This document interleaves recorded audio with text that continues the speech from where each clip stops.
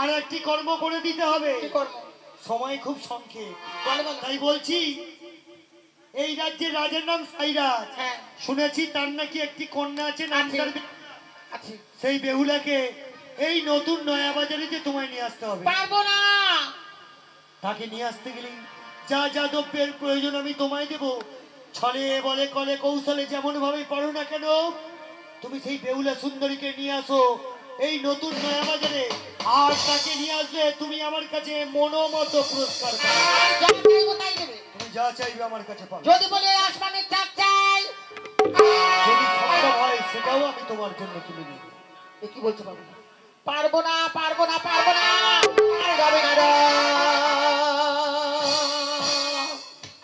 রবিনা না গো, ও তোমার এত জানি রবিনা, রবিনা গো, তোমায় এত জানি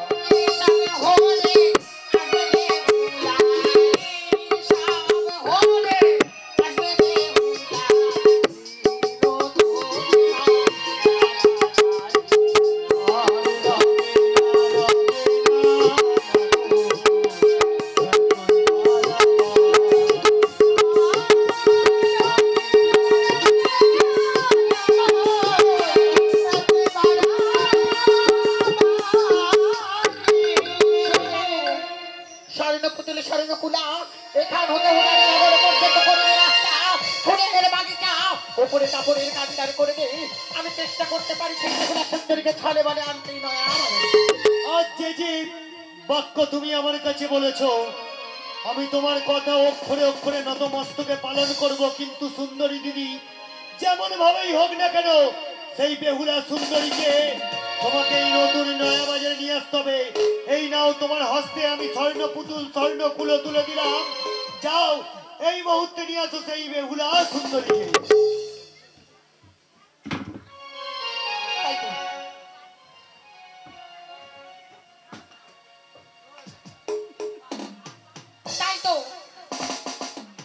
ছলে বলে কৌশলে বেহুলা সুন্দরীকে আনতে হবে না, ছলে বলে কৌশলে যদি না আনি হবে না মোর পূজা বিশ্ব চরাচর মাঝে চন্দ্রধার।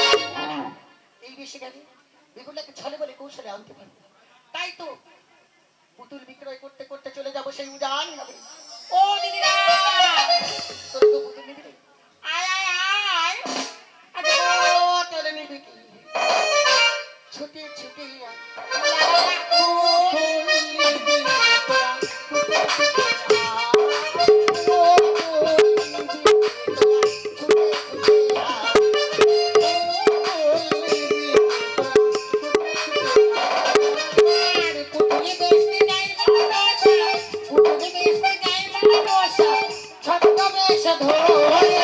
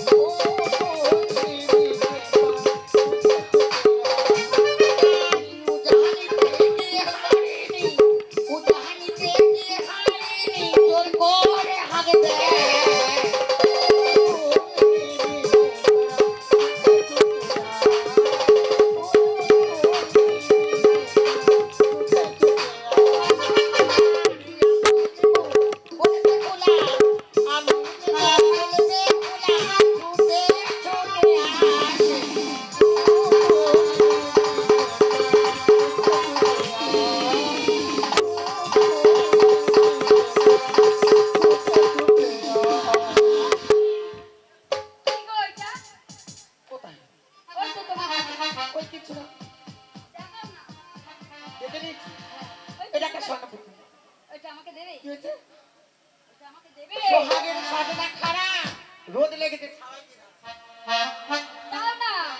আমি আবার নাতনিদের জন্য নিয়ে দেবো না আমি তোমার নাতনি হলাম। আমার নাতনি ছোট তোর মতো ধারি না ও দিদি দাও না, বুঝেছে দাও না। নিবি তাহলে বলি হলো বেহুলা এই পুতুল তো মাই দেব না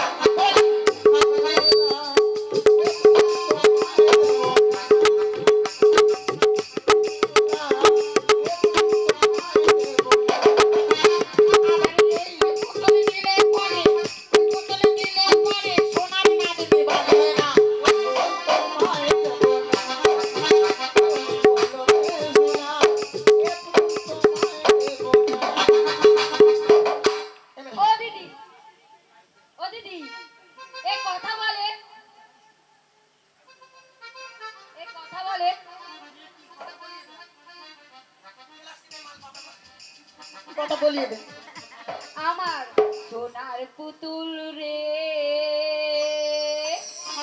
একবার কথা বলো রে সোনার পুতুল রে